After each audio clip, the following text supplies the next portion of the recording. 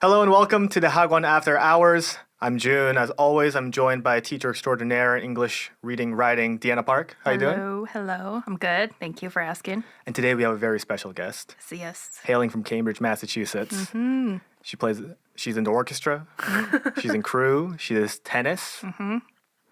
It's kind of scary that she has not given you any of this She information. majored in mechanical engineering and music. All right. Although I believe that you originally wanted to biomedical. Yes. That's a lot of information for... Yes. Hannah! Hey! Class of 2024, recent graduate. You just graduated. Yes, Fresh out of last college. May. Hey, welcome. Welcome. Hi. Thanks Welcome for to the podcast. having me. Yeah. How are Glad you? could come. I'm good. How are you guys? Good. So I want to preface this by saying that Hannah and the two of us have not had a lot of conversation about the stuff we're going to talk about today.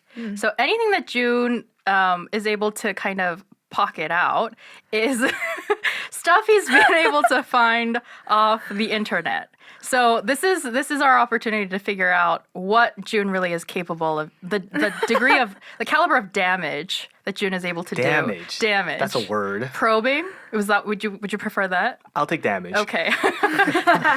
If you guys watched the Michael episode, he didn't really have much online, but Hannah's a lot more. We have lots to there's talk more about. material. Yeah, we have a lot to cover. We'll talk about what she did in high school, how she got into MIT, what she did there, and much more on this episode of The Hagwon After Hours. Yes. So let's take that trip down memory lane. Sure. You Okay. just graduated from college, but we're going to go 4 years back. Okay. You're in high school. You're just Yes. applying. You're thinking about the college process. So first of all, what did you do in high school to kind of bolster your resume and just getting ready for your applications? What kind of student were you? Yeah. I did a lot in high school. It's a small school, but I was involved in a lot of things. I was really involved in orchestras. Always into that since middle school. What do you play? I play violin in the orchestra. Did a lot of like music festivals through like the base schools, the DODEA system, also through like the international schools. So went to like the kayak things. That was a lot of fun. Met a lot of people through that. Just a lot of performing at school. I played some tennis in high school. I'm really involved in tennis. Great thing to play in the fall. Make a lot of friends, especially as a freshman that way, and a lot of get to meet a lot of upperclassmen who really help you out later when you are applying to college. When you have questions about anything, that was awesome. And I spent a lot of time doing student council in high school for 3 years. Like class president, got to help out with pep rallies, homecoming, prom right before our school shut down. That was very, very special. We had our prom at the 63 building, a very iconic fancy. building. And so, but we were not on a high floor. We were on the 4th floor. But it was memorable. So I did a lot of that in high school, and, nothing super out of the ordinary, just a lot of what they offered at our school, try to get involved, and I swam a little, but I was not very good at swimming. I swam when I was young, I quit, and then I joined the team in high school to make some friends, and I never want to swim again. That is tough. 2 hours back and forth over and over and over again in this tiny pool and humid area. Oh my goodness, terrible. So a lot of fun memories riding the buses back and forth in high school. That's probably the best part. Playing sports, the bus rides to the other schools, and going to the other schools, and just kind of making new friends and following each other on Instagram and catching up with them later on in the years. So yeah. It might be helpful to preface this part of the conversation by giving context that Hannah went to, so for the first 3 years of high school, you went to Seoul American High School, which was the high school on the U.S. Army base here in Seoul. And then when they relocated to Pyeongtaek Camp Humphreys, you went and did your last year of senior year there. Yes. And that was right at the end of, right at the beginning of COVID. Yes, Yeah. I moved in 2019, and then a semester into senior year, that's when COVID hit and we were sent home. I remember that day, actually SFS released everybody from school that Friday before. Don't come back to school all next week. And we were so jealous. COVID is bad. We need to stay home too. And they made that announcement on Monday afternoon. And I remember sleeping like 12 hours that night. So As a senior, I'm sure it was well deserved. so clear memory of that. So yeah. You're kind of underplaying yourself, I think. You say I didn't do anything special. You gave a pretty That's a lot of stacked list things of to extracurriculars. do. Nothing, I guess. Just like kind of typical things that people do, like music Right. or art, Like something stuff artsy in school, I guess. in school. Yeah. Not too much out of school. Just try to like spend a lot of time with people at school. I think that's what I. You're also downplaying the fact that you were class president for 3 years. We're a tiny school. President of a small country is still the president of a small country. Sure, thank you. Yeah, that I did spend a lot of time in class council doing, especially my junior year, planning the prom. That was a lot of fun, and opportunities to speak in front of the class. Kind of working through being a leader and like realizing will always be a complainer, and just kind of accepting that fact. And I'm gonna do the work that I'm going to do with the help of my team and my friends, and we're gonna make it work, and we give it our all, and that's the best that we can do. No looking back. I think that was a big lesson learned through doing like student council in high school, and I really wanted to do in college, but it's completely different in college, and it's okay that I did. You talked about how you weren't a great swimmer, but you were a great tennis player. Mm, You were very successful. Well, You won a lot of games. how'd you find that? You were in women's doubles, right? Very successful. I played singles mostly in high school, but I Okay. did play some doubles when we went to Far East, which is a regional competition with the other DODEA schools, Japan and Korea, sometimes Guam.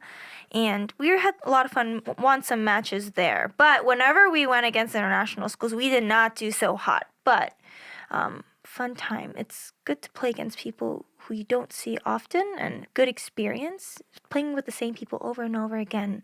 You get to figure out like their tactics and what they're good at, and you play that. And so it's fun to play with new people. And being a student athlete is tough. It's a tough thing intrinsically, right? Right. Yes, yeah. It is. It does take up a lot of time, especially during the season. 2 hours every single day. That time isn't very productive. In high school sports, after school, everyone's kind of playing around. But matches take up a lot of time. Traveling, that takes up so much time. But, I think that's a big part of my high school life, and you make so many friends that way, a lot of special memories, a lot of drama, but you look back and those were the good times. I remember like doing pep rallies, like the tennis team gets to go out and like do a little tap their rackets together, and you go in front of the whole school and you're a tennis player and everybody knows. You get to wear a uniform to school. That's like the core like American high school culture, and that's really special that I got to experience that here in the middle of Seoul. That was really special and fun. People really miss that after moving from the U.S. and coming to Korea. They wish they had football games, pep rallies, and play tug of war in the middle of the gym on a random Friday afternoon, and that was really special. So playing tennis kind of helped with that. I got to get involved in a lot of that. So yeah. It sounds like most of the activities you took part in kind of revolve around a sense of community, of being part of a community, and helping other people build a sense of community. Do you think that was a factor that you either wrote about in your essays or discussed in any other way, like through your applications, or how you kind of presented yourself as a candidate for universities? Because it looks like there's a common theme between all the things you're talking about. Yeah, definitely. I think I think a lot of people struggle with feeling like their story is not special enough when they're writing college apps. My struggle was not big enough, my accomplishment is not grand enough. And I think I spent a lot of time mulling over that when writing my college apps. But then, I think I'm a simple gal. I think I like simple things, and I spend a lot of time just trying to be with people, laugh, and make good memories, and, be kind and be helpful to people when they need help. And so I think I kind of shifted gears at one point because I tried to be artsy with my essays, be quirky, be funny, but my writing skills are limited. I don't know that many cool vocab words, and I just said let's just kind of be genuine. And so I remember some of my college app essays for after 2 years after I started college, I would help out some underclassmen who were applying to colleges. I remember reading over them, but I remember writing about simple things. One of my favorite essays I wrote about was one of the MIT essays was, what do you do for fun? And what do you like to do? I think the prompt was, if you had an extra hour in the day, what would you do? If I recall correctly. And I wrote about writing letters and sending letters in the mail, because I don't know who still does that, but I really enjoyed doing that.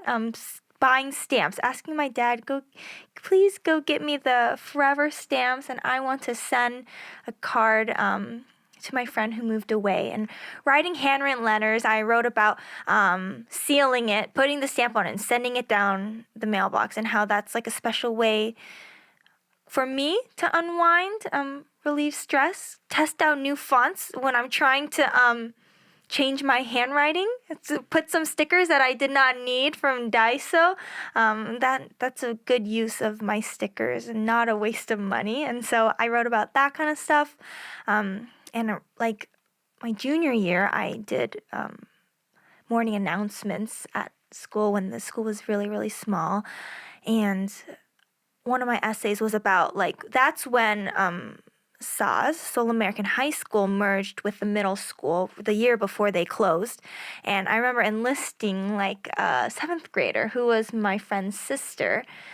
Why don't you join me for the announcements today? And how, it seemed like a little thing for me to kind of invite her. When I do the morning announcements was kind of a chore by the end of the year. I had to get to school early. I got to find the weather. We used to do the AQI, see how bad the air quality was. We did a vocab word of the day, all the sports announcements, important updates, SAT dates, sign up for this and that. And I invited my friend's sister. And why don't you do the pledge? Or why don't you give these announcements with me? And I remember writing about how it was a confidence booster. People could hear her voice because at the end of the announcements, we all sign off with their name. And I'm Hana. And I remember she got to say her name. And, as a 7th grader in a school, you're also in school with your 7th grade. So in middle school, you're kind of an upperclassman, but when you're with the high schooler, you're like a baby. And so kind of having it be a confidence booster for her, I wrote about that and how that was a humbling experience for me. That was fun to see her have so much fun. Kind of something seemingly unimportant to me, but how I don't know how much it helped her, but it was in that moment, I think, brought her joy and confidence. So, yeah. I think that's a really good message. I know supplement prompts are slowly starting to get released this time of year for U.S. colleges. So for rising seniors, they're starting to see the prompts and they're starting to have to think about what to write for each school. And it's really common for a lot of students to freeze up about, like you said, about this, I don't feel like I've done anything really important. I don't feel like anything I've struggled with has been so life-changing or so important to talk about. But Hannah's a really great example of how really what schools are looking for is a window into who you are as a person. What are some values that are really important to you as a student, and what kind of values can we expect you to bring onto our campus? And Hannah's a great example of how you can find those themes in things you are doing at school, even though they don't feel important, or maybe you don't get accolades for them, or you didn't get an award for them. But if you pay close attention to the things that you find important or enjoyable, in Hannah's case even, then you can find a core theme in who you are and what values you have. I would feel that from an admissions officer's point of view, it's very clear on Hannah's application that she finds community to be really important, and she loves being there for other people, getting to know other people, and that's a really wonderful quality for a student to have and bring onto a campus, especially a school that's going to be very focused on research. And so students, I think this is a great example of don't overdo the supplement essays. Don't try to, nobody's going to believe you did something world changing at 16, 17. It's so much more believable and refreshing to hear someone say, here's something I do every day at school, and I think I can see some value in it, and I'd love to continue doing a version of that the next 4 years. And it's really, that's where I think intelligent students excel on their essays. So I think that's a really wonderful example for students to see. Yeah. Admissions officers pick up on those small things. Right. Like what you think is a very routine daily thing. If you talk about how you do the morning announcements every day, they have read through enough apps. They know enough high schools and how they operate to know that you probably go into school pretty early. They know that you have to recite things first try. You are talking to an entire class. That's presentation skills. And colleges are looking to build students of certain types and certain qualities and certain values. And if you can express those, not even directly, but indirectly, admissions officers, they've gone through enough apps to pick up on those things. So be open-minded with what you do. I think you talked about how there was a shift in your essay writing where you kind of wrote these like quirky, funny things. Or like you think these are what admissions officers want to see. And then there's a shift where you realize, I'm just going to list out everything I do and actually try to write about the things that I genuinely have done instead of things that I think would look cool and I kind of did. So I think it's good to reflect constantly in your essay writing process about what you did, not necessarily what you want to look like. Right. And I think there is beauty when you write about things that are dear to your heart. And there's a lot of beauty in simplicity, not trying to ornament things that try to make them seem bigger than they are, because as awesome as the things you have probably done, maybe it wasn't that important to you. And I think admission officers might be able to tell.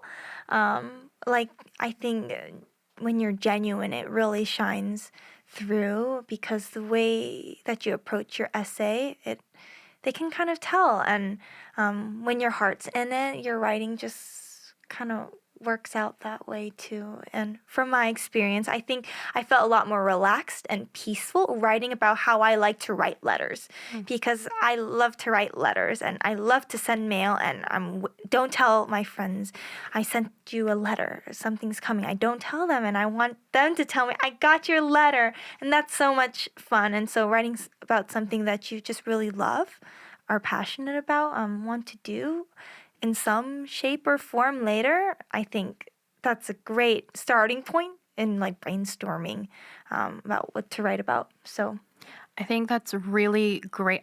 We talked about this last week a little bit as well, but a lot of STEM students have trouble finding something to write about or being able to navigate how to talk about something or how to write about something. But I think what Hannah's saying is kind of, if you approach it from that point of view, it becomes a lot easier to figure out what to talk about and how to present yourself. And I think a lot of STEM students who struggle with finding like the right words, or they feel like their sentence structure isn't as intricate or super sophisticated. You're right that simplicity is a great way to show actually how genuine you can be as a person instead. And that's a great tactic to use as an applicant. We talked about you going to MIT. Yes. We just talked about you being a STEM student. Yes. We talked about everything about school except school itself. Right. Let's go back. So what'd you do? What kind of class did you take in school? What kind of student were you? Oh, in high school? Yeah. Oh, I was like a teacher's pet in high school.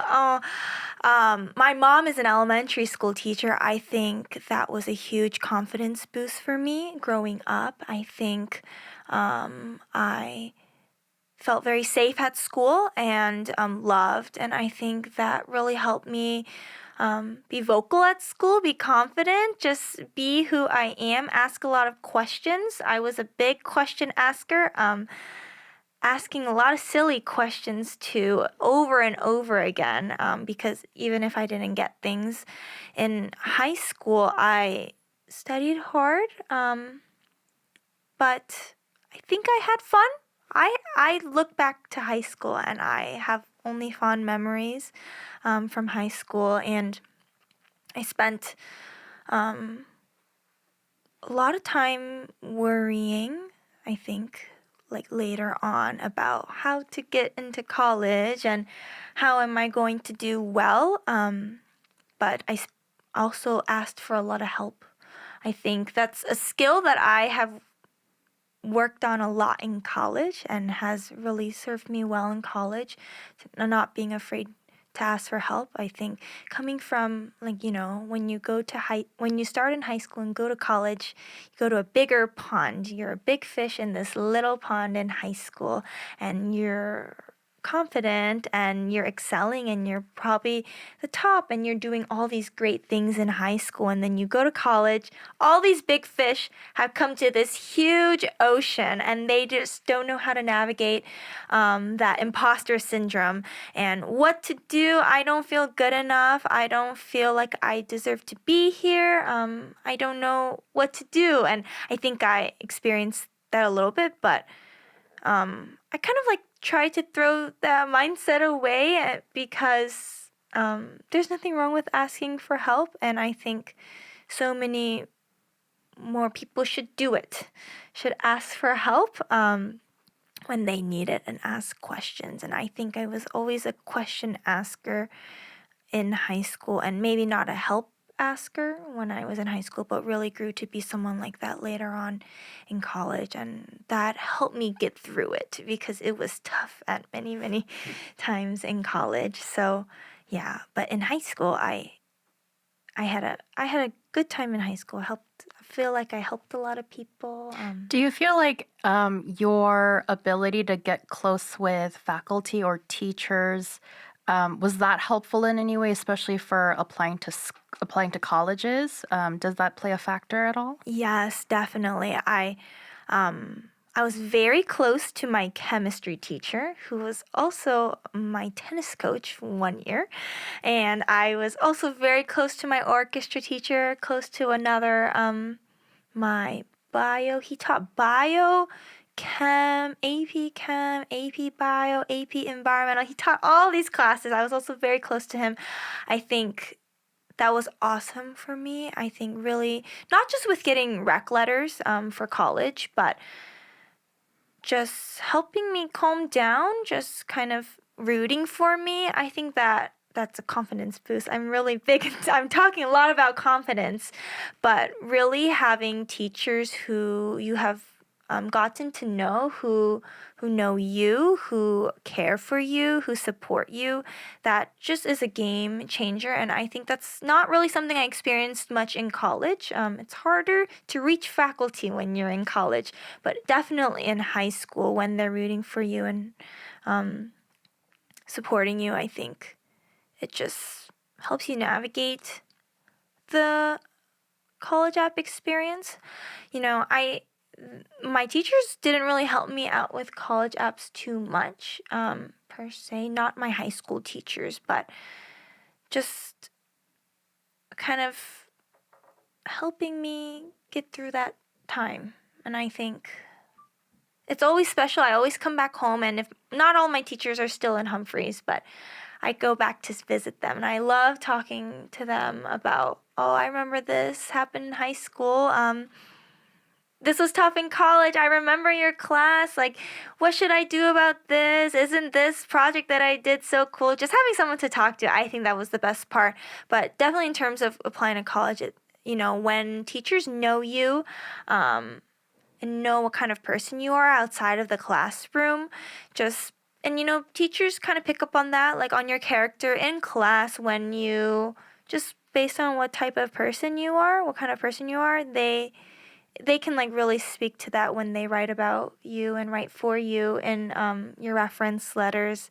And so I definitely loved my teachers a lot, and I felt loved by them. And so I think that really helped me out in my college apps. And I trust that they wrote wonderful things about me, and so that was reflected in their writing. You talked about your science teachers. Did you naturally kind of lean STEM, biochem, those kinds of courses? I took the AP science classes that were available at my high school, but they were just cool. I don't know how maybe we were on the same wavelength or something. They were just so fun. And I guess I spent a lot of time taking STEM courses. I did not take any history AP courses because I'm not into history at all. So I took no history APs. I know how tough those can be. So I kind of knew I was into STEM. And I don't think I hung out with those teachers because they were STEM teachers. But, I guess naturally spending a lot of time doing bio and chem, a lot of calc. You just hang out in those classrooms, and I found myself during lunchtime. I did not finish my calc homework. I'm gonna go to my calc teacher's classroom and get some help. Maybe they can help me out on this question. And I think those very natural environments are how you get to know teachers. And I don't need to come into school early and go and interview these teachers to get to know them. But if I stay behind a minute after the bell rings and I'm so tired, I have to do this and this, and in those little moments you kind of grow closer and feel closer to those teachers. And yeah. So you're starting the college application process.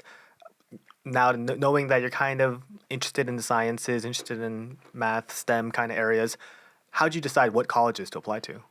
Oh, if I remember correctly, I just listed 30 schools that sounded cool to me.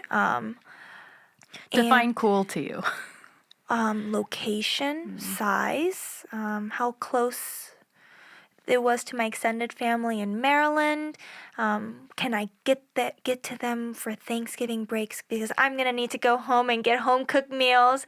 That was really big. And I think when I was applying to colleges, I wanted to do some type of engineering. Wasn't sure what kind, but I was also very interested in education. So there were some schools that I applied to, not as engineering majors, but as a education major.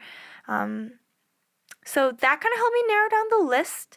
And I love the East Coast, so a lot of my schools were on the East Coast, and just looking for schools that I felt like I could be happy at, based on I really narrowed by location. I did not really apply anywhere that's not by a major city, I think. I have an East Coast ally. Yeah. I have an East Coast ally. I love Okay. the East Coast. Coast? We can't have this conversation every single week. We can. I would win every single week, but I would not do that to Joon. I would not do that to We'll Joon. skip over that. Well, okay, so you have a list of colleges now. How did you do any early decisions? Did you do any early actions? I was not sure where I wanted to go. I did not do early decision anywhere, but I did apply early action to MIT. I think Maryland, University of Maryland. I think that's it. Oh, and I also applied to a service academy. I applied to the Air Force Academy, which is a lot of work. You have to get a congressional nomination. You have to pass a physical test, a medical test. So I took a lot of time preparing that application by November 1st, as well as my MIT application. And, I applied to MIT early because it was not early decision. And I knew I could not commit to a school right away because there were so many options, and I wasn't sure at that time. And so just MIT and the Air Force Academy really early on. But I think at that time in my head, MIT was not really my top choice. But I had, something interesting. I went to a summer program at MIT after my junior year, so right before applying to colleges. And it was an all-girls summer program called WTP, Women's Technology Program. And I think subconsciously I loved Boston after that, and I really loved MIT, but I still wasn't sure. But I think that prompted me to apply to MIT early. I'm sure there are other schools that have early action that I just didn't know about. So Actually, right now, I'm more curious about this program, about the summer program at MIT. I think if I hear from Ted correctly, it was kind of a nice introduction into your actual acceptance into MIT. It played a little bit of a role, maybe we think. Can you talk about like finding these kind of summer programs, the right fit for you, what it's like there, what are kind of expectations, and how it can maybe play not a significant role, but not a pretty important role on your application in general? yeah, that's a great question. So I did not find this program online. It was a weird way I found out. My mom and I were at the bowling alley because my mom loves burgers, and she thinks that the burgers at the bowling alley are good. Probably good. They are good. Greasy, a lot of onion rings. And so we went to the bowling alley, and there is someone that she didn't know very well, but I think this lady might have been a parent many, many years ago. And her daughter went to MIT and many years before and had gone to this women's summer program, and she told me about it. Oh, if you're interested in STEM, you should apply to this program. So we found this program online, and it was like 10 days out to the application deadline. And so I remember scrambling to get in this all these essays, and I had some teacher recs that I needed, and these teachers that I loved, they were able to get this in for me really, really quickly. And I remember trying to be creative in these essays, and I don't remember what I wrote about, but something tried to be mathy, sciencey, nerdy. But then I found out I had gotten in, which was really, really special.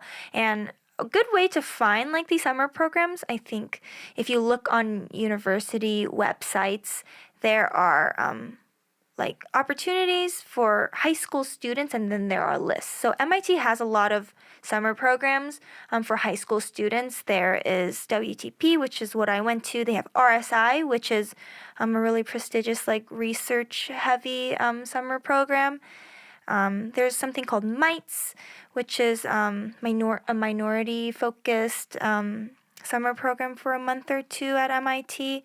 There are some other things. And so I remember going to the summer program, and what was really awesome was they had a college fair night, one of the nights, and they gathered maybe 200 of us. RSI is huge, 100. WTP is smaller, maybe 60 of us. 60 is pretty big. And then the MITES program. And there were college admissions officers from a lot of like great schools, East Coast, West Coast, everywhere. Illinois, Midwest too, giving like a 1-minute spiel on their school. And then they all stood outside, they had stickers, they had like info sheets, kind of like giving us like a nice little condensed college fair presentation. And I remember that was very helpful to kind of know about schools, to learn that, oh, these schools exist too. So that was really great. Resource from WTP. Another great thing is I know that I believe that RSI provides this, but WTP also did, is after you complete the program, they are able to write you a letter recommendation for college apps, which is something that I got done through WTP. So the coordinator, along with the instructors are usually, I think, PhD students, just working over the summer, teaching these classes. So there were two tracks for WTP, the Mechie track and the electrical engineering computer science track. So I was in the electrical engineering computer science track. not my cup of tea, really difficult learning how to code. I remember telling my friends and I was like, I am not built for coding. This is tough. It was super fast paced for a month. And we had homework, we had P-sets, problem sets. We had projects, lectures every single day. But, you're kind of at summer camp. You're having fun too. And so that, I remember coming out of that was tough. I don't know if I can do that for like 4 years if maybe I wanted to come to MIT. But, time flowed and that happened. But yeah, the reference letter was really awesome. I think going to WTP I think it did help me get into MIT. Not everybody got in, but I had a good amount of friends who went to the program, come to MIT, and a lot of people do mechanical engineering, and I didn't do it at the program, but I did switch into it in college, and so great way to get your foot in the door. And I don't know how I got in. It was really special that I did and got to live on campus, live in the dorms, go through the buildings, and kind of explore Boston that summer. And so really special. And of course, like, summer programs are not necessary, not required to get into college, but it's a great taste of, what college life might be like, going to lectures, P-sets, kind of independence, hanging out with friends. But it's just, I think, above anything, is just a good time to meet some people who come from all over the world and who have, everybody's interested in STEM here, but really everybody's so different, and really they love all sorts of things and have great hobbies. And you hear about all of these people's interests and what they do for fun. And I'm sitting there, I'm like, I didn't even know this thing existed. I didn't even know you could spend this much time doing this. And I think that was the best part of going to the summer program, and good friends. It also sounds like you got a really good introduction on a certain kind of different disciplines in a college. You got to learn a little bit about campus life experience. You got to get a lot of resources about a lot of different universities, which is not always available for international students. Right. And it sounds like you were able to also get additional like recommendation letters, other recommendations you could add on and kind of help your application stand out. So this seems like, for anyone who knows that they're kind of interested in this kind of sector of study, or they want to go to a school like MIT, this seems like something that they should definitely be thinking about. Maybe shifting gears a little bit, going back to high school now, Yeah. academically, I think when people hear that you are applying to MIT EA, or just applying to MIT period, you have to have been a pretty good student baseline to think about that as an option. So if you don't mind sharing some of your hard stats, maybe what kind of percentile of student you were in your grade, and also maybe your standardized test scores. Yes. I took the ACT twice. Did not do so hot the first time, but I did get a 34 the second time. I was happy with my score. I was done. MIT at that time required 2 subject tests, Math 2, and a STEM. So I think there was only bio, chem, physics available. They got rid of the requirement for a little bit, but it came back, I believe. Subject tests. Subject tests are no longer a thing. Subject things don't exist. The SAT subject tests are gone. I think all 3 of us at this table have had to do the subject tests. They are no longer a thing. Rest in peace. Most standardized tests came back. I think there's a requirement again at MIT. So I took bio. There are 2.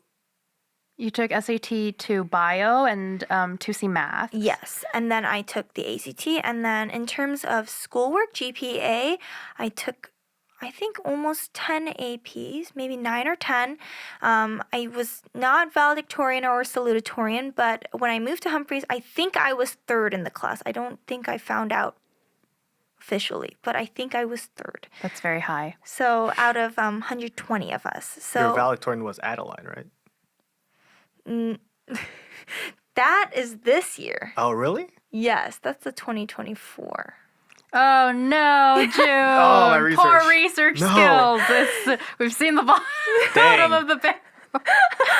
Well, because okay, on the Humphreys High School Facebook page, I was looking through their graduation videos each year, and I think I got the year wrong then because Yes, that was this year. I was frantically looking through the video trying to find a frame of you. Oh. But That was this year. Okay. My graduation was long. We would have had masks near our face. It did make sense, yeah. That's a great Wrong. way to know. We were lucky to have a graduation socially distanced in the gym, but I was not valedictorian. I was a little sad that I did not get to make a speech, but it doesn't matter anymore. you did very well for yourself. Yeah, third in a class is very high.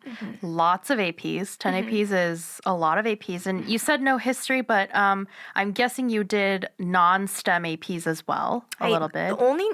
I did 3 non-STEM APs. I did AP Lang, AP Lit, and AP Government, U.S. Government and Politics. I did not do hot on my AP exams at all. I only got 1 5, and that was on government. I did not get any 5s on calc, bio, chem, all of that fun stuff. But with those 3 non-STEM ones, I took calc, AB, BC, stats, and then I took AP bio, chem, physics, and APES. Okay, So that is a lot. 10. That is a lot of classes, a lot of APs. Yeah, that was a lot. So we're looking at a quite high GPA, pretty high ACT score, 34 out of 36, very high. Lots of APs, even though you maybe you're wary about the scores, but that's a lot of courses. Over STEM and non-STEM. So that's what the kind of hard stats of your application looks like. Yes. So we did talk a little bit about essays, but I think students may be curious about if I am a prospective STEM student, I want to study in the STEM sector. I want to go to a university like MIT or I'm looking at a certain different number of schools. Where do I kind of start by kind of putting myself together as a candidate? Like, where do you start with either figuring out kind of what to focus on, what to talk about, where to get recommendations from, kind of what part of your resume to highlight? How do you kind of go through that process of kind of calling your identity as an applicant? As a STEM applicant. Yeah. You also mentioned that you didn't have all too much support from your teachers when it came to the college app process. Yeah. So navigating that, what are the challenges? I think a lot of people apply to college not knowing what they want to major in, but at one point you just got to pick, because I think it's better to apply as something than undecided.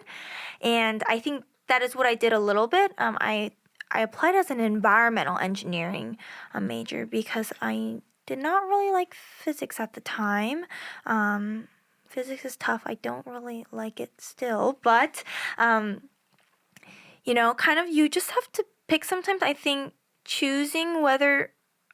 most people have an idea of whether they are STEM oriented or not. I think that's a great start. But within STEM, there are so many paths that you just don't know until you get to college, that you just have not been exposed to yet.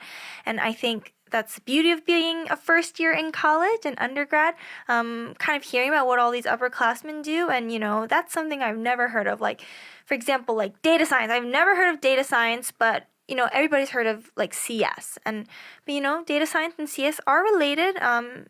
CS might not be your cup of tea, but maybe data science suits you better. And there are just some things that you don't get to learn about until you get to college. But in terms of crafting my application, I think,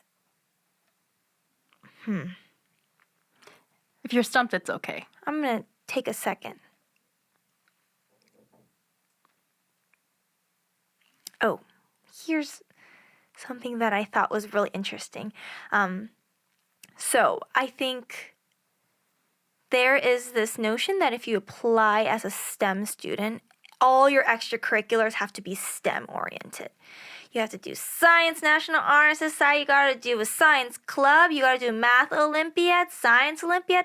A lot of MIT students are really stacked in those categories, but I think what helped me stand out, maybe, I'm not sure, was that not all of my activities were STEM, that you have other passions besides STEM, because everybody at MIT has passions besides STEM and what they major in, and I think that's really special. And another big thing was not all of my recommendation letters were from STEM teachers.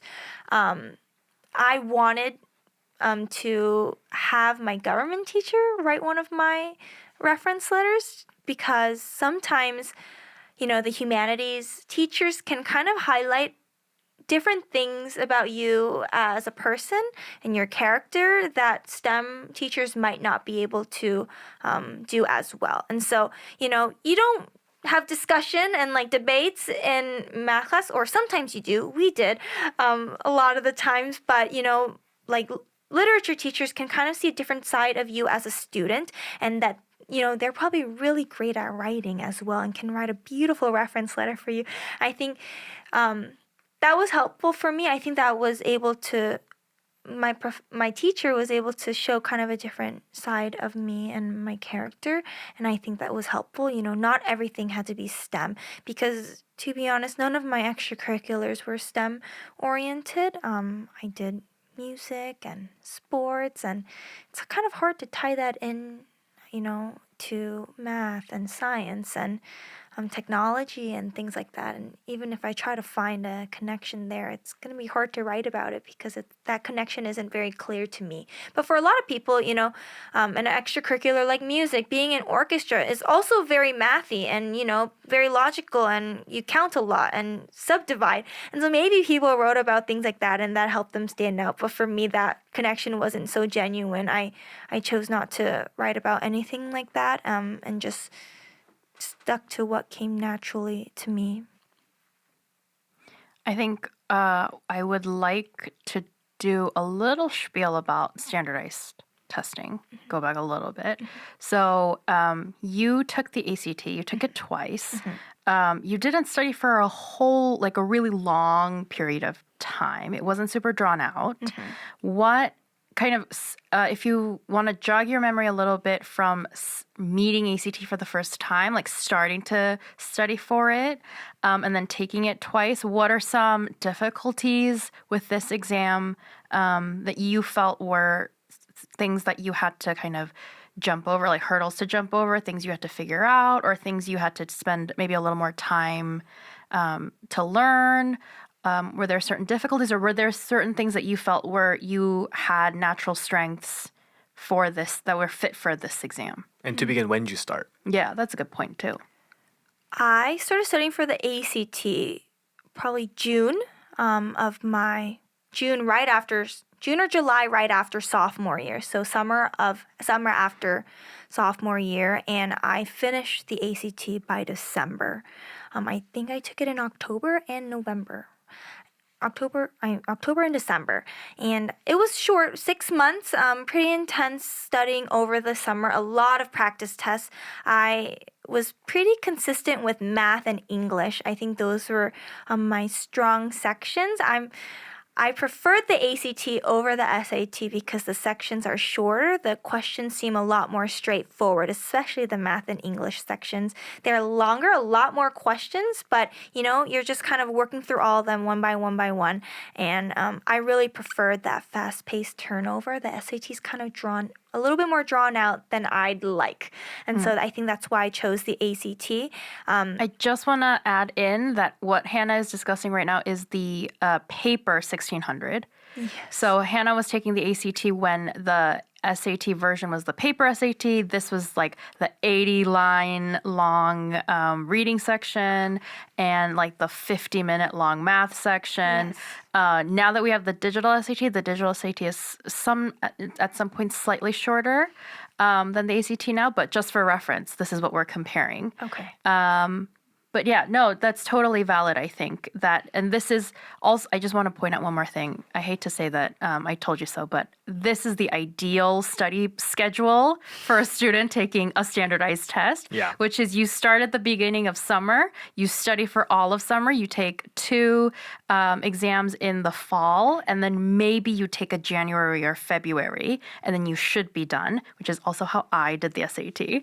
This is the ideal study schedule. This is exactly what I mean when I say get in, do the work, and then get out and move on with your life, do something else. Yeah. Because junior year is so busy. Yes, Yeah. junior year is busy, and having those tests done is a huge burden lift off your shoulders. You can focus on your APs. You can focus on kind of start thinking about college and what you want to do in college and how you're going to prepare for your college apps, and on all these extracurriculars that you're trying to do while you're in college, because junior year is very, very important and very busy, especially with the standardized tests. So. I'll let you get back to talking about the ACT though. So Yeah. you said read English, math, your strong suit. I'm Yes. surprised you didn't say that science was your strong Oh, suit. science and reading were kind of like curveballs. I'm pretty sure I retook the ACT, or maybe it was my reading that was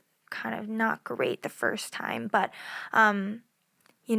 science is not as sciencey as you think. And from what I had experienced, it was a lot of interpreting graphs, reading charts, kind of reading between the lines and making sure you don't lose the details. And so I think just a lot of practice. And one thing that really helped me a lot was not lingering on those questions, because the ACT is so fast. It's like 35 minutes per section. At least it was when I was taking it. And it's easy to get caught up on one passage and one question. But, 35 minutes, I think 40 questions, that was not a lot of time. Or maybe it was 35 questions and 40 minutes. But not a lot of time. And something that really helped me was like kind of marking which questions I need to come back to. Sometimes your gut really is right after reading the passage and skimming through it. And so when you don't have time, it's better to like maybe come back to that. If you do have time, then like spend like 5-6 minutes on this question over and over again. I think that really helped me the second time. And the first time I took it, I remember being really upset because the ACT just became computer based. And I was so upset. I'm like, how am I going to check my answers? I don't have a booklet to come back to. We have a whiteboard. What am I going to do? But that kind of helped me in the math and the English, kind of just like let go, like go on to the next question. Maybe you can mark whatever question you need to come back to, but the ACT is so fast. Like your gut is sometimes really right, and you just gotta trust it. Like trust the prep that you have been doing, and trust that process, and it should turn out okay. And I think that's what really helped me. And I don't think there's an essay in the ACT anymore, but I remember when we turned computer, we got to type it. So that was a pro for us. I remember we could write so much because people were like trying to handwrite out this long essay and got to go back and like erase. You don't want the sentence anymore, but now it's typing. So that was really, really a pro. So that's really interesting to talk about, because the SAT just became digital last year. Last year for international, this year for the U.S. students. So you're saying actually there was this advantage to the digital format because it kind of forced you to focus on one question at a time. And it forces you to kind of move on and kind of start anew when you move on to a new question. I think this is a advantage of the digital tests or digital format that we don't really talk about a lot. So that's really, I think, interesting for students to think about, especially because in the States you can still choose to take a paper version, but this seems like a really good reason to take the digital version. Also, not to age myself so much, but I took the 2400 SAT and we had to write a handwritten essay. Oh, wow. It was section 1.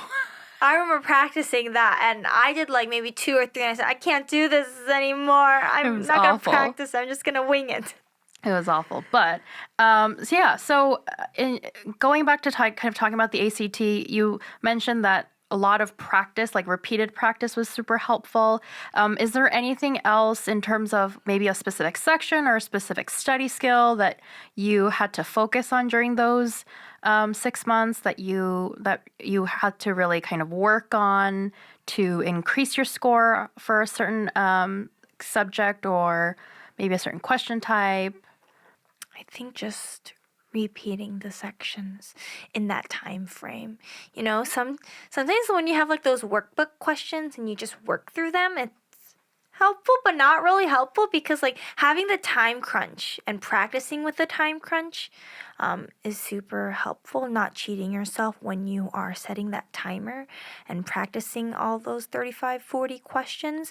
I think that was the most helpful for me. I think the more practice tests and sections you take, you notice these patterns and the types of questions, especially in math and English. And I think that is kind of something that I was able to practice a lot and like kind of nail down, because I've seen this type of question. I still don't know why it's this answer, but you know, this is what I remember. And I think there are a few like instances like that, not too many, but just kind of seeing many different questions and many different types of passages and different topics. And, you know, sometimes I like read like the titles of passages and I'm like, oh, I don't really like this kind of topic, you know, I don't know if I want to read this, but like kind of exposing yourself to many different passages, I think it helps just like prepare you, and running through that timed section was always helpful for me. So it sounds like high volume of practice under testing conditions, which I totally agree with. And that's most of what I try to do for the website as well, which is we try our best to replicate the exact same template, make sure you have the exact same tools as the official exam, and make sure you get a lot of different practice with a lot of different versions of that test to make sure you feel prepared for test day. So now let's zoom forward back to the college application process. You have your scores, you have your great academic background, you have your extracurriculars, you have killer essays from what I can hear.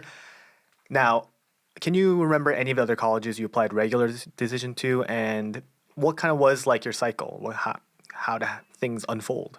Yeah, many colleges, I think probably 15 or so, which is a lot. That's a lot of essays. I remember in Boston, though, I only applied to MIT, but then I did apply to a few Ivy Leagues. I applied to Brown, Princeton. I really wanted to go to Princeton at one point. I love the color orange. That's probably not a good reason I wanted to go. Good aesthetic. There's a lot of great science schools that have orange as their color. I love orange. Home Depot's also orange. Yes. So I love orange. And Princeton has a great engineering program. And so Princeton, Brown, I did apply to Dartmouth, even though I did apply to their engineering school.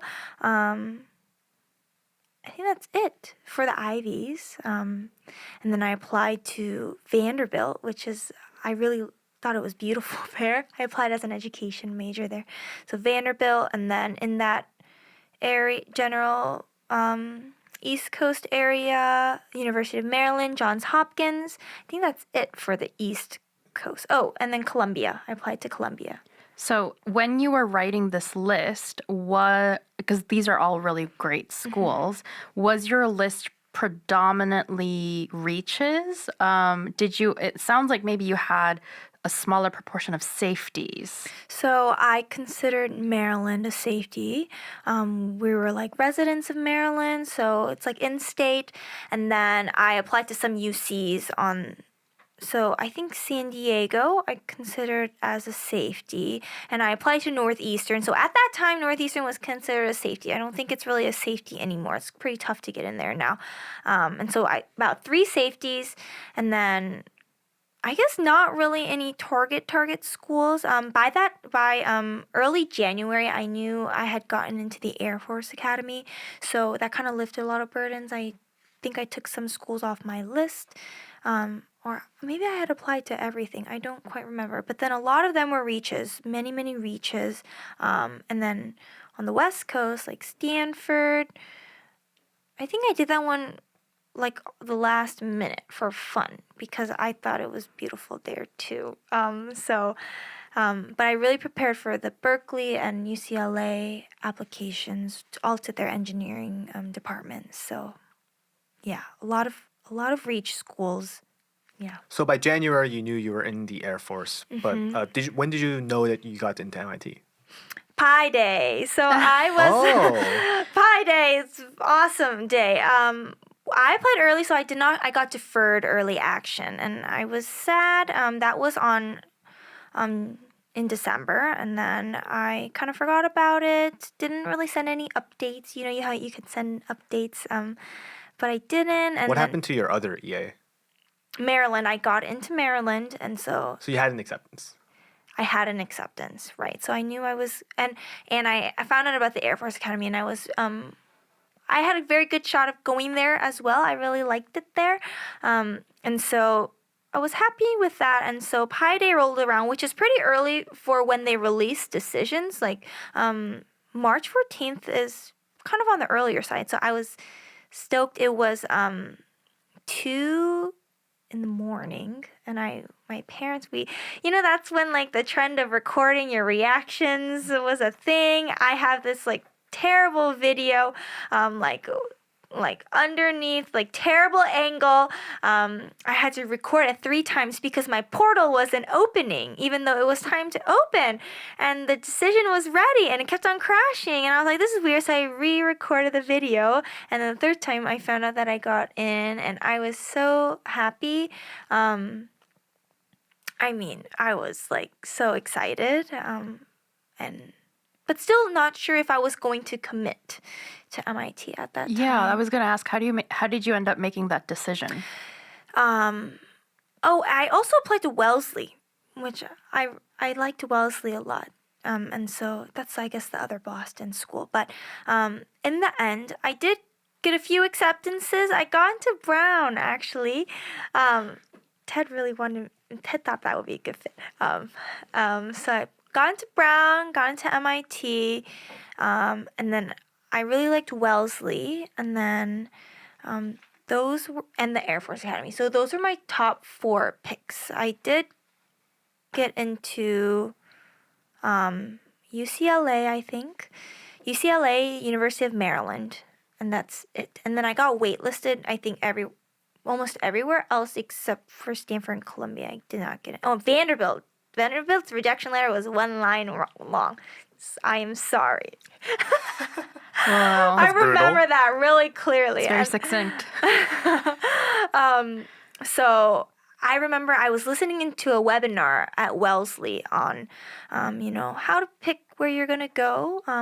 Pick where, they had like the dean or somebody, and she said, put all your options, your top choices in a hat, and pull out of the hat. And if you are disappointed with what came out, like kind of disappointed, maybe you shouldn't pick there. All things considered, a lot of things to consider before you choose a school, location, financial situation. And so I remember pulling out of the hat, and I think I just kind of wanted to be at MIT at that point, because I love Boston. It's a great city, and I think that was a big factor for me, and that I wanted to do engineering, and MIT's kind of the place to do engineering. So I think that's how it was kind of an easy decision at the end, but at the time it's a lot of decisions coming out, and people are overwhelmed, excited, some people sad and happy, and just so many emotions, and just kind of it happened that way. So yeah. I think we're going to start with Okay. your major, or like kind of academic life. Like, what did you study? What school were you How part did you choose your of? major? How courses were like? Fun courses, things like that. Move into extracurriculars. Okay. Go to kind of culture, Right, people, quirks, fun things, traditions. and then into what she was talking about when it came to like pre-career planning. Right. Okay. Yeah. So I studied mechanical engineering with a concentration in robotics and controls, and I also studied music as like a double major, and I did not know I wanted to do mechanical engineering. I kind of just came into school. It seemed like a fun major, pretty big community, but not humongous like the computer science department. A lot of hands-on things, which is what I really loved. I'm pretty crafty. I like to make things with my hands, and I think that's how I ended up settling on my major. I took this really awesome class my freshman spring. This is when everybody was kind of locked up during COVID in their dorms. This was the only class that was offered in person, and it's called 200B. So all of the MIT classes are numbers. So each major is a different number from 1 through 22, I think. And course 1 is like civil and environmental engineering. I'm course 2, so mechanical engineering. Course 3, like material science and engineering, all these course numbers. And so whenever you introduce yourself, you say, oh, hi, I'm Hannah. I'm a course 2A. 2A is the flexible mechanical engineering major. So I did not have to write a thesis, and I could take a lot of electives that could build up my concentration. And so I took 200B, which is a toy product design class, which is you're divided into teams of like 4 or 5, and you design and like build a prototype of this toy over the course of a semester. And at the end of the semester, you do this presentation called Playsentations. So you play with it, and then you get to go. A lot of children come to watch, usually families. A lot of students come and watch. During COVID, we were outside on a stage. Nobody could come, but normally they have like food trucks and like cotton candy and for kids. And I think that class really kind of hooked me into choosing mechanical engineering. I did go in as a bioengineering major, but I knew after first semester bio that I could not do bio this much. You didn't go through the Orgo No. gauntlet? I just took intro bio, and I said, this is not for me. So MIT has like a science core. And then we also have like humanities requirements. So you have to take 8 humanities classes throughout your time at MIT. They're called HAS classes, humanities, arts, and social science, I think. And so approximately 1 per semester. And so those are your 8, and then you have to take calc, like single and multivariable calc. You have to take bio and chem, and then physics 1 and 2. And so I took the first bio class, and I said, I can't do this. So then I wasn't sure exactly what I was going to do. So I took toy product design, and I thought this was so much fun. Mechie is not a huge major, but it's a very supported major. It's, colorful. Like, I think that class just really hooked me, and we got to learn how to CAD, machine, learn how to sew, learn how to use a vinyl cutter, kind of go through this like the product design process, like ideate, model it, test it, like reiterate, do it again, over and over and over again until this product that you really love. Obviously, over the course of a semester, you don't have that much time. But our team, we were the hippo team. Each team is like a different animal. And hippo team, we made something called Maze Cube, which is like a Rubik's Cube, but it's got like a maze etched on the outside. And there's like a ball on one end and a little ball, and then you got to get it to the other end by just twisting the Rubik's Cube to make the path for it to go to the other side. And I remember we like 3D printed the part, but we were sanding and polishing. And for our presentation, you have to put together like a little skit, and it's supposed to be entertaining, right? And so I don't remember what skit we did, but something about theft and like robbery, and you gotta save the maze cube, something like that. It was very fun. I think that really hooked me. Got to meet a lot of people who wanted to do Mechie. The professors were great. The grad student TAs were very kind, and I think I just committed from there. And so, yeah. And then I also studied music. I did a lot of music in high school. I joined the orchestra in college. We did COVID orchestra somehow over Zoom. I don't remember what we did, how we did that. But then I did orchestra in person for about a year.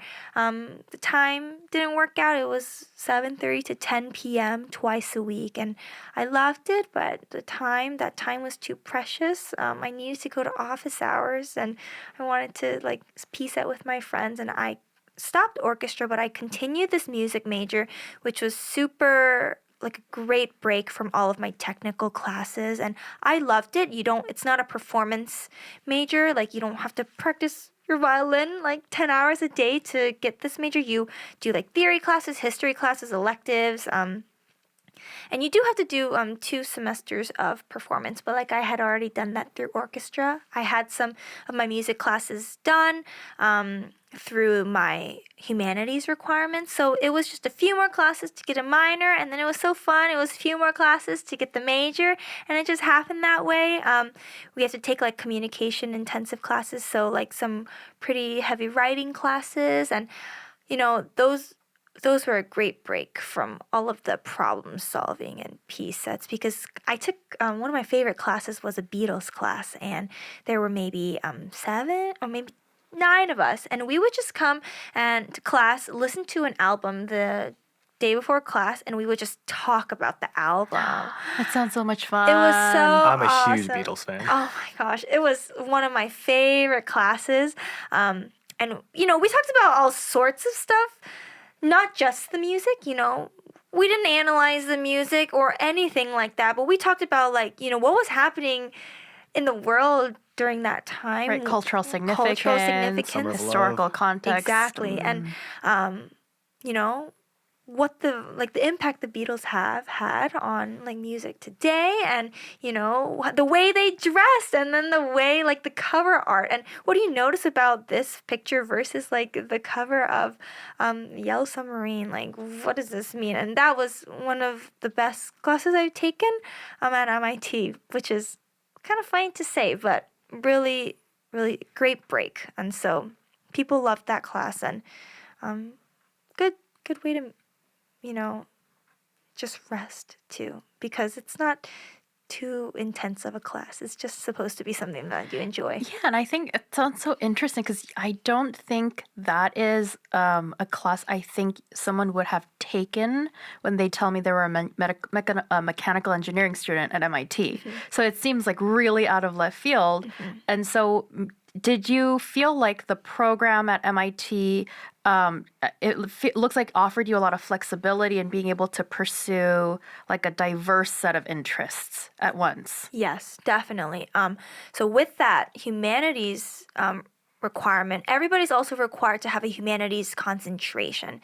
So that's not like it's like kind of an official concentration, but I think 4 of the 8 classes need to be in that concentration, and it needs to be spread across the 3 categories: the humanities, arts, and social sciences. And so there are people who come into MIT who are not as interested in the arts, so they choose econ is considered a humanities at MIT, and so they take pretty econ heavy classes. That's their concentration. It's pretty technical in my opinion, but it leaves a lot of opportunity for people who want to do theater, who want to do literature, music, fine arts, drawing classes.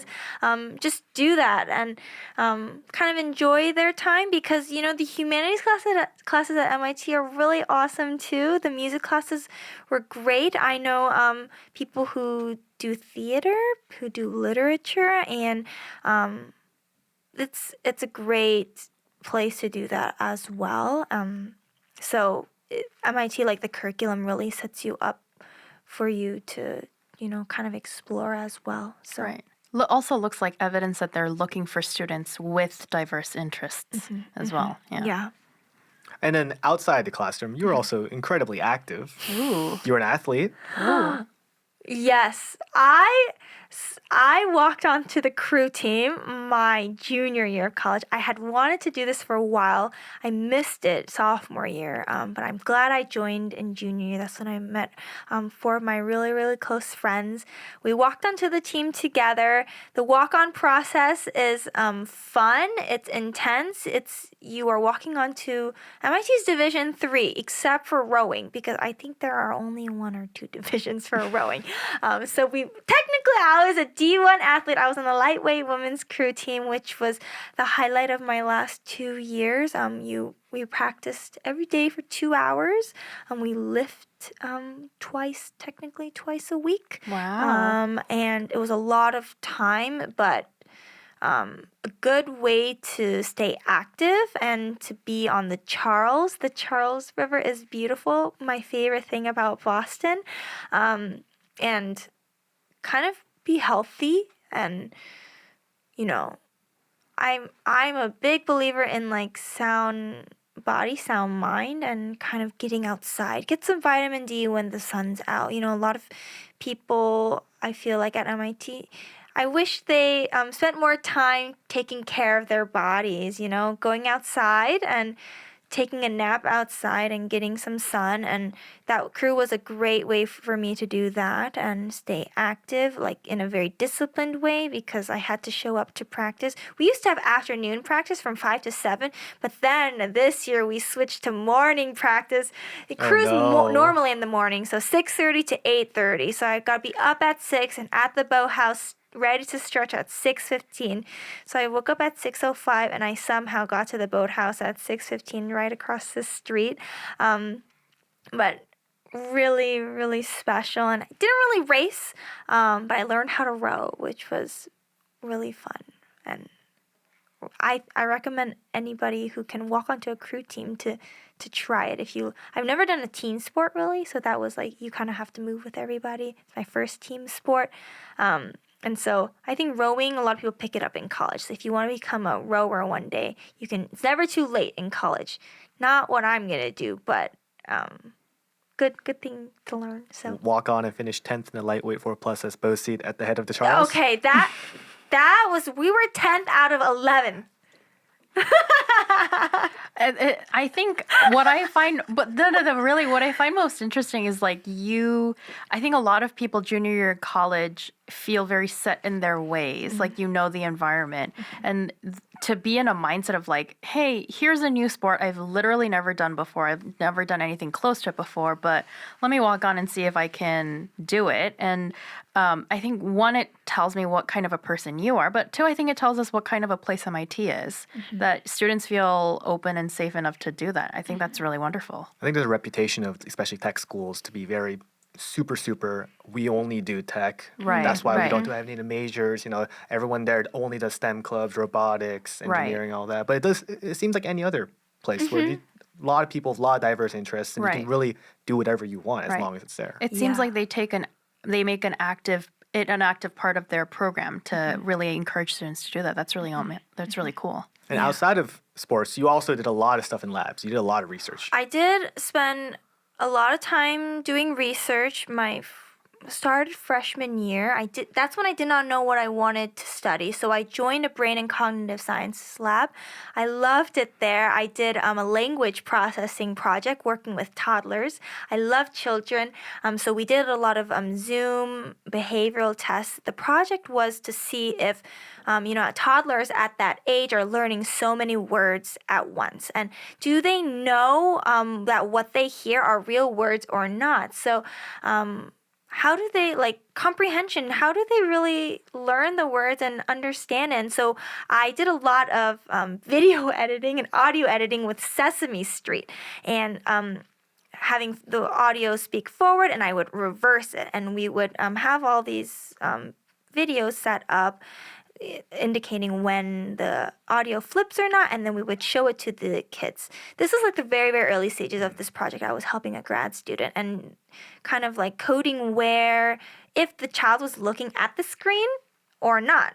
Like, were they paying attention when it was forward or backward speech? Did they have a preference for it? And then I ended up leaving the lab because I declared MECE, but I loved being in that lab, kind of learning about how I'm really interested in like how people learn best. And I'm interested in, some ways don't work. I'm really interested in like learning, being a visual learner, like an audio learner. You got to write things out, some people, and that's just kind of a glimpse into how people learn and how children learn, and also with like kids who grow up in a bilingual household. They're hearing like so many different words, and how do they like differentiate between if it's in English or if it's in Korean? I don't know. That was so fascinating to me. So I joined that lab, loved it, ended up leaving, joined a different lab in the MECE department doing ingestible electronics, kind of doing early stage like material testing, how it was supposed to be an electronic that adheres to the inside of your GI tract to help monitor it. And I did like early synthesizing these hydrogels and like using electricity to adhere it to like pig to a dead pig.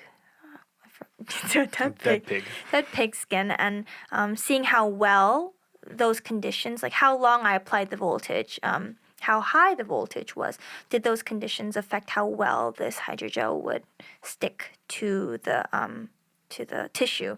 And so I really liked that lab. I was there for like a year and a half. I learned a lot. I think having a postdoc versus like a grad student as like a lab mentor is kind of different. A postdoc kind of has already done their PhD, is kind of learning how to become like an academic advisor or research advisor. They give me a lot more meaningful things to do, kind of really guide me through the research process. With a grad student, I was kind of helping her out, more of like an assistant, helping her get things done. So that like experience was kind of different between one lab and my Meki lab. And so I did a lot of things on my own in the Meki lab, and I think figuring things out, and kind of he like had me play a part in this project on my own, which I loved. So. And how did you get these research opportunities? Yeah, did you feel, is there a good support system, the program, to find these? Yeah, MIT's got a huge research community and so many opportunities. I cold emailed these professors. I cold emailed many professors. Sometimes there's like a job listing or like a research opportunities listings page at school, and you can find them. I think that's how I found my first research experience in the brain and cognitive sciences lab, and I cold emailed this graduate student, and she interviewed me. We just kind of talked about what I'm interested in, because as a freshman I don't really know what I'm doing, and that's how I got that for fun. With kind of a funny story, when I cold emailed this professor to join the Meki lab, he was like an instructor for one of my core classes in the Meki department. I remember emailing him. I said, "Oh, I love your work. It's cool. I want to be in your lab. Can I help out?" He forwarded my email to everybody in his lab, and he CC'd. And I had a friend who was already in the lab, and she sent me this. She said, "Is this you?" Like, I see this email, because he like forwarded, and it was like I attached my like resume. It was like kind of embarrassing, but like professors are really open to having you explore. I think a lot of postdocs can help you be a part of the lab as well. It doesn't have to be directly through the professor, but emailing works all the time. I think emailing can't hurt you, and kind of going up to people. Students meet professors through their classes. They meet them at like department-wide events, and I think just kind of going up and just showing interest is a great way to just start. And there are many ways to just find these opportunities. And I imagine this is less of a problem at MIT, but what was it like being a woman in STEM, in a field that is generally highly male-dominated? Yeah, I think before going to MIT, it was hard finding mentors who were women and in STEM, who are not like doctors, but like who are like engineers, right? I think it was tough kind of navigating, can I do this? What would my career look like? Does this fit with my interests? Is this really something I could do for the rest of my life in this kind of environment with many men? At MIT, it's I think 51% women and 49% men. But wow, this is not just the engineering school. So this is like a science school as well. So the pure sciences, I think, have a bit more women than men, which I think 51-49 is really awesome anyway. And so I never really felt the lack of mentors when I was at MIT. But before going, it was hard to find women who had been engineers, who had studied engineering, or maybe even pursuing grad school. But I think I didn't notice it as much while I was in school, because so many of my peers were women. But there are so many cool initiatives at MIT that are trying to like emphasize like women in STEM. They have like a dance club that like girls dance. They do like dance camps and like teach math, I think.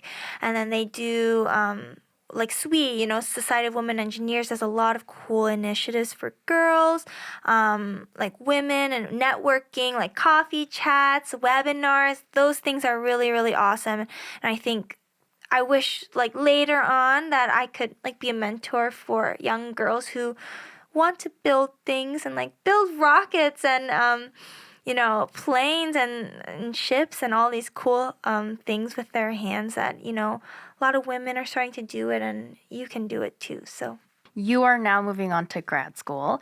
And early on, did you know that you wanted to pursue academia after your bachelor's? If so, what are some things you did purposefully during your time at MIT to kind of help set you up in that direction?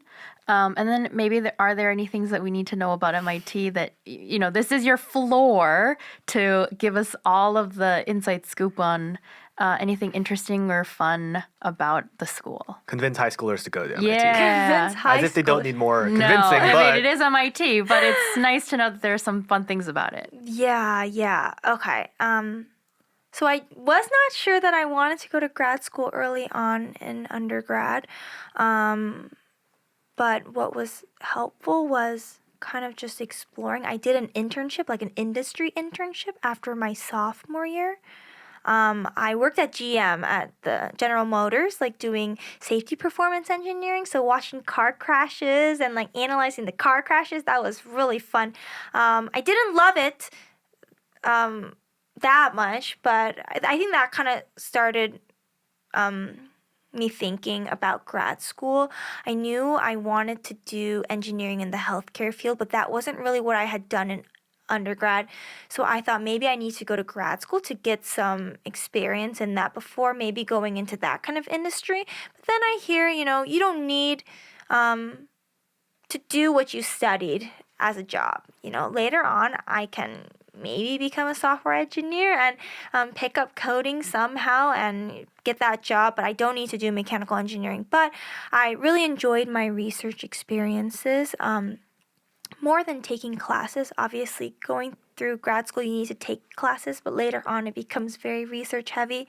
And I think I have a lot of interests ranging from like engineering and like, child development and like education. And like I also am interested in like mobility and like hearing and speech, which is all like kind of tied into education as well.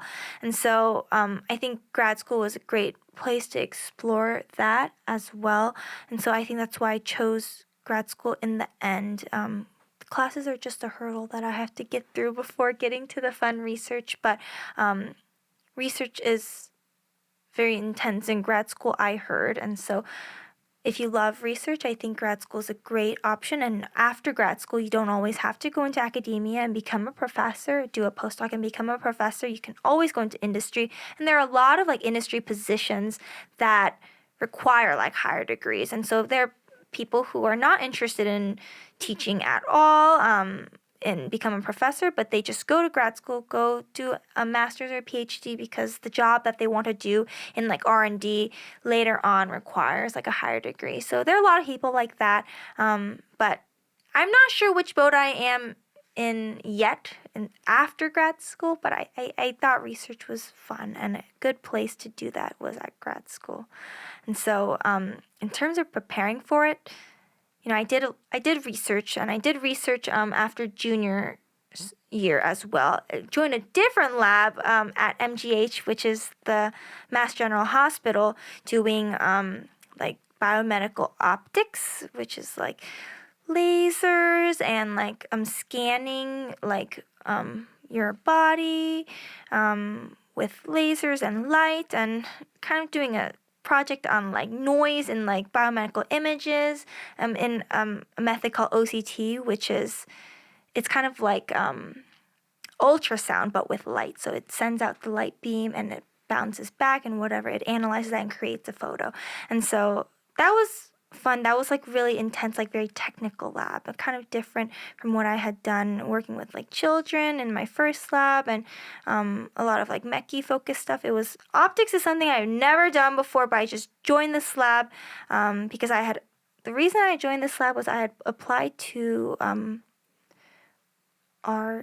are, I forgot what they're called, but they're summer research programs that a lot of people who want to go to grad school do.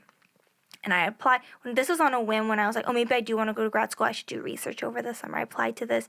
I didn't get into this program, but a professor reached out. You didn't get into the program, but do you want to come in as a summer student? So that's how I started at this lab at MGH. But kind of having a diverse, I think people either like do all sorts of different things or they do the same thing for a really, really long time. I don't think it matters. Whatever you want to do, I think a diverse set of experiences can't hurt you, especially that internship that was, kind of out of the blue, but I think, taught me some other skills that, people skills and like kind of working in industry.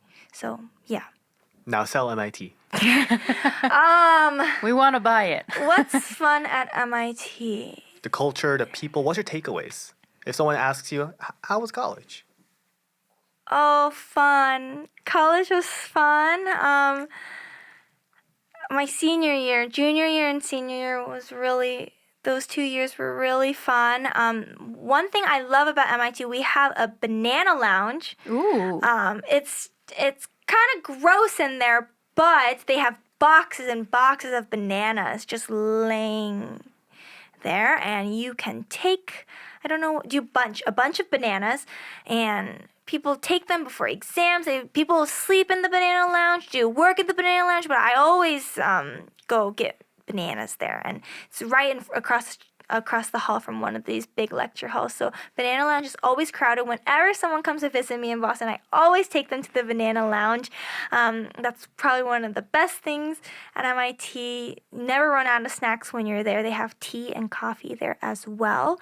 Another thing I love about MIT, there's this long road called Massachusetts Avenue.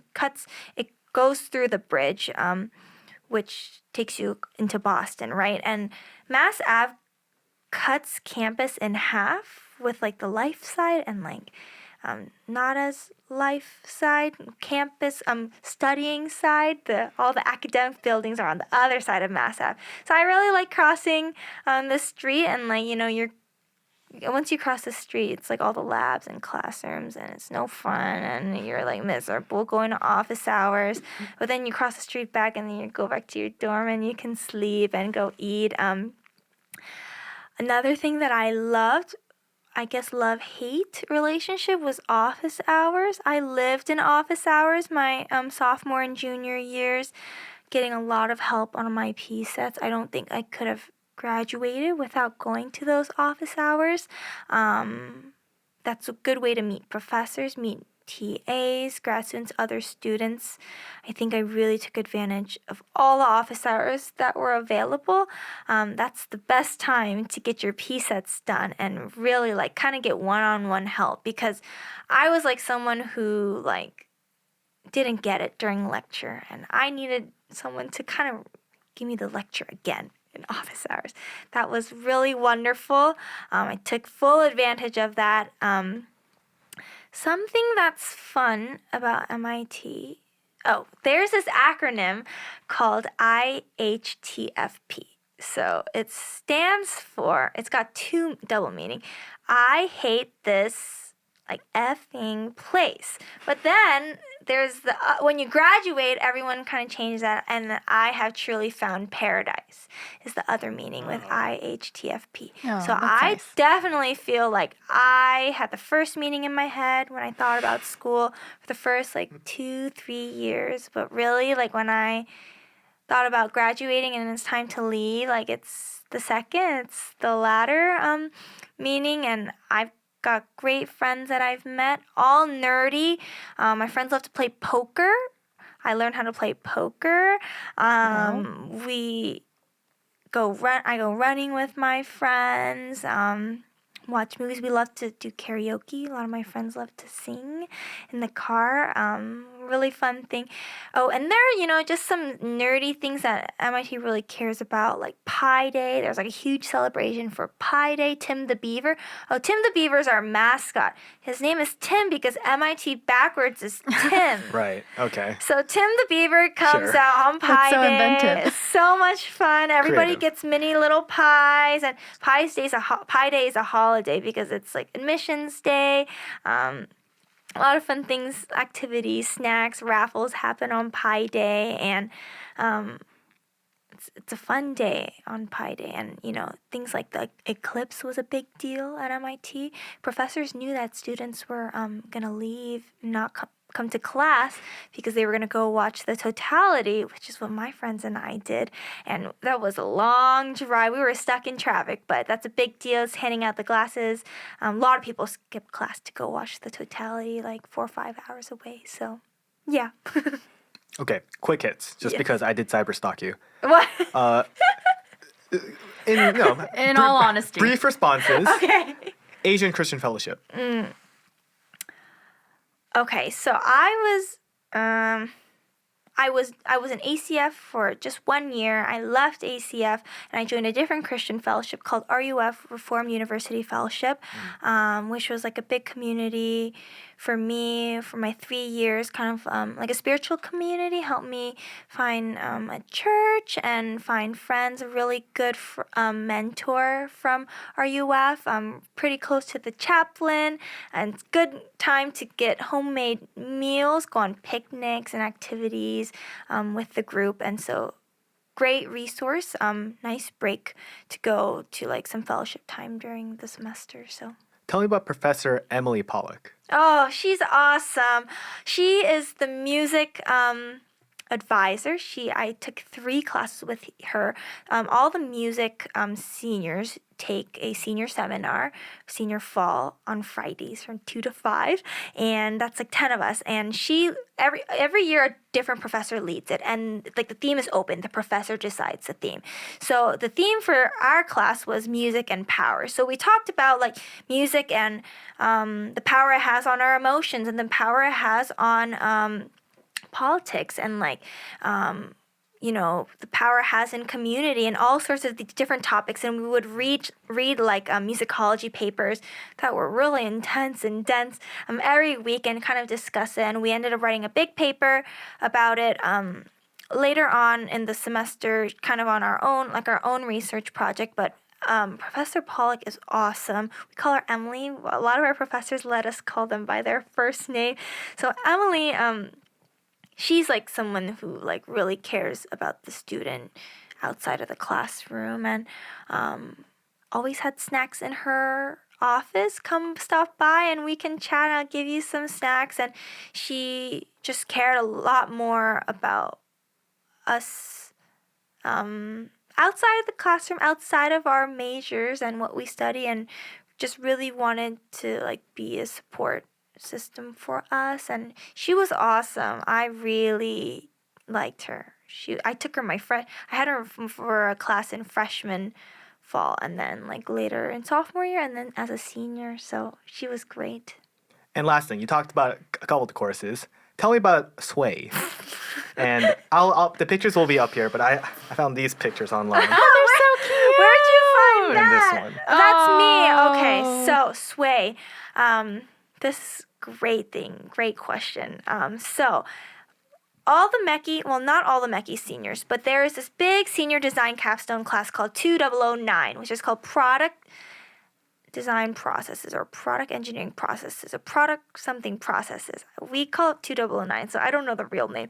But 2009 is iconic. Most of the Mechie seniors take this, and you are divided into color teams. I was on purple team. I actually asked them to put me on orange team, but there was no orange team. But I was on purple team, and the purpose of this class is to, kind of like 2000B, our toy product design class, but it's a larger scale, kind of ideate, model, and test this new alpha prototype based on a theme. So our theme this year was wild, which is kind of a very, very open-ended theme, and you can come up with anything. So purple team, we did a bed attachment that retroactively attaches to hospital and nursing home beds. And a big problem these days is bed sores, and nurses who have to rotate patients every hour, 2 hours, to help prevent bed sores. And they rotate them on the patients on their back to their side. And what's tough about this is that sometimes the nurses are smaller than the patients. It takes a lot of force and energy to rotate a patient. They usually have to bring in a partner nurse to help them do that. But nurses are so busy. They've got a lot of things to do, a lot on their plate, and sometimes if they can't get a partner, it's very, very taxing on the nurse's body to do this action alone. And so Sway is what we came up with is uses the bed sheets, and it's got motors and actuators, and it lifts up rails and kind of moves the bed sheets, and that would assist the nurses to not strain their backs and bodies so much, to help rotate the patients onto their sides, and the guardrails were lowered down, and that would tighten the sheets for them. So that's what Purple Team did. Yeah, that was so much fun. All the teams have great, cool ideas. Red Team did like a railroad track cleaner, because in the Boston area, like the T is slow. The MBTA is so slow, but it's even slower when there's rain and leaves all over the tracks. So they helped clean that. Their prototype was huge and heavy, but the presentation was really awesome. And then Blue Team did like a water bottle cleaner, because college students, their water bottles are disgusting. I don't remember how often I cleaned mine, not often enough, but it was like this cool door that opened, and you put your water bottle in there and it would clean out the water bottle. And I think Blue Team is actually working to get that out into the market and actually do start a startup with that. And so all the teams do really cool things. Pink Team did like a software-less laser cutter. So it just kind of, you draw something and it scans it and it'll cut it onto whichever material you want it. I think Pink Team might be working on it too. Purple Team is not, I don't think, working on Sway anymore. But that was a highlight of senior fall, and great. A lot of my friends, like in my friend group, none of them are mechanical engineering majors. They're all CS. So 60% of our school is some type of CS. And so I spent I kind of went to office hours and did my PSETs kind of alone in my first 3 years of school, because all my friends would work together. But then after doing 2009, I met a lot of people in my major, and I wished I had made more friends in my major, but it was better late than never, and I made a lot of cool friends. And 2009 is many credits. We call them units at MIT. It's 15 units, which means it's supposed to be about 15 hours a week, including lectures and labs. But towards the end of the semester, before the big product launch, we spent 20, 30 hours in the lab all together. I remember our electronics broke the day before, and we were freaking out, ordering parts, and in the lab until 1 a.m. trying to fix it. And so yeah, that's a core memory. If you guys can find the website, I'll probably put it in the description somewhere. The presentation and the entire event is so much fun. Just like a dance thing. Yes. So the professor who organizes is super over the top, and it's a huge deal. He gets musicians. I think they might be faculty or some type of staff, and they make parodies of all these pop songs that are about 2009, and there's confetti and all these lights, and they do dress rehearsals. Smoke comes everywhere, and it's a whole production. And a lot of people stream to watch 2009. There's a ticket lottery system, and pom-poms, and everybody's wearing their team colors. And if you come to watch a Purple Team member, they're also wearing purple. It's very iconic. In senior fall, or in the fall, 2009 is great, and in the spring, 2000B, the presentation's really awesome for that. So just briefly, what are you doing now? Where are you going? And for high school students who are applying to college now, who are maybe still in high school, what would you tell them? Okay. Yeah. Right now, I'm just taking a break before starting grad school. I guess that's it. Grad school. Yes, grad school. Some advice. Whether it be on college, what you do in high school. Well, I mean, if you think back to being like an anxious rising senior, you looking at school names, you know you have to start applying, or maybe you're still taking standardized tests and you're kind of in the whirlwind of that. What are some words we can give them to either make them feel more secure or maybe feel more like they have the tools to get through that process a little bit? One thing that helped me a lot was to have like upperclassmen you trust take a look and give you encouragement. And and one thing that I loved when some people did for me that I tried to do for younger people was, when you look over essays and they write like comments, feedback, this could be better. Some people always try to mention, I love this sentence, this is awesome, I like this exudes your positive energy, like adding these positive comments. I think that's really awesome, having people who you love who are older than you look over your essays, because there's nothing to be ashamed of. I was like someone who I never wanted anybody to look at my writing because I didn't feel like I was a strong writer, but talking to people gives you ideas to what to write about. Another thing that I did was, I used to like making lists of things that I like, things that I don't like, things that I like to do, things that help me like relieve my stress. I think just like jotting down all these fun ideas, maybe it could spark an idea in you. But like above anything else, like being genuine, kind of choosing to write about something that you could talk to a wall about, I think is so like refreshing for the people to read and fun for you, because it is so stressful, and I get anxious thinking about that time as well. I remember being super scared and worried and stressed out about college admissions, but what brought a little bit of joy was kind of writing about something that I love.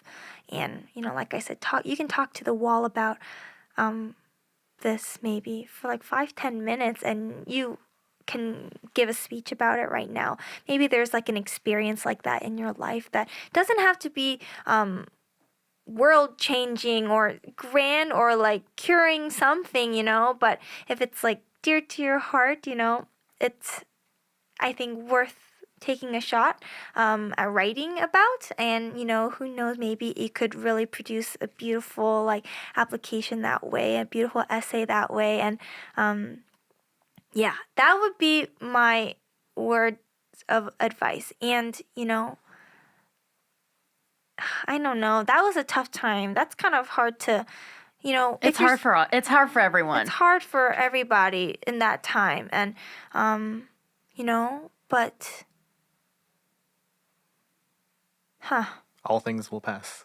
This too shall pass. This too shall pass. pass. You'll be okay. Yeah. Everyone gets through it at some point. You'll get to the other side. Yeah. It'll happen whether you like it or not. Yes. I think we can end on that So, note. thank you so much for coming on our show. course, Yeah, of thank you so much. I course. feel like I learned a lot. Yes, course. definitely. I've dispelled a lot of the stereotypes about MIT that I don't about tech schools. STEM That's majors. great. That's great. Thank you. I will continue to hold on to them, Yes. but you've dispelled them for me. Thanks so much, Hana. Wonderful. Thank you for having Thank you me. for It was coming. an honor. Thank you. Yay.